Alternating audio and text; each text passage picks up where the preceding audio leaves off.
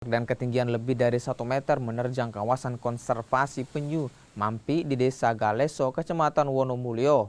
Sejumlah bangunan mulai dari rumah pemantauan penyu, rumah penelitian hingga gazebo alami kerusakan setelah dihantam gelombang pasang air laut.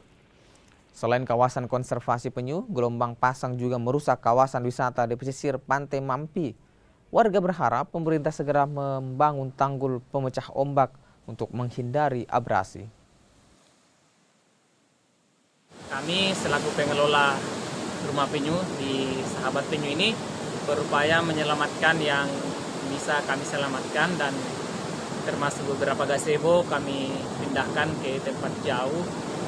Termasuk isi rumah penyu itu ada beberapa alat-alat elektronik dan berkas-berkas lainnya kita selamatkan. Jika kondisi ombak terus menghantam rumah penyu, kami hanya bisa pasrah.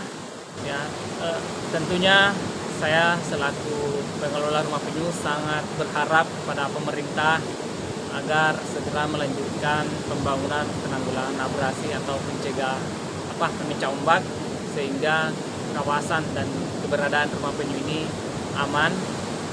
Selain rumah penyu, pemukiman warga juga di Pantai Mampi juga ikut terancam.